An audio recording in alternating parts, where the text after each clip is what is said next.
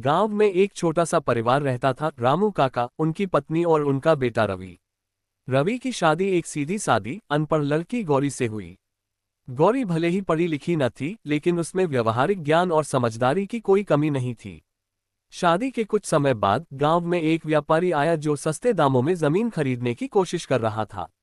उसने मीठी मीठी बातें करके गांव वालों को अपनी जमीन बेचने के लिए राजी कर लिया। रवि भी इस बात को लेकर उत्साहित था और अपने पिता से जमीन बेचने की जिद करने लगा। गौरी ने ये सुना तो उसने समझदारी से काम लिया। वह रामू काका के पास गई और बोली, बाबा, क्या आपने सोचा है कि अगर यह जमीन बेच दी तो हम खेती कैसे करेंगे? हमारे बच्चे क्या खाएंगे? रामू काका सोच में पड़ गए। उन्होंने व्यापारी से कहा कि वे सोच विचार करके बताएंगे। अगले दिन गौरी ने गांव के बुजुर्गों को बुलाकर इस विषय पर चर्चा की। एक बुजुर्ग बोले, ये व्यापारी हमें मूर्ख बना रहा है।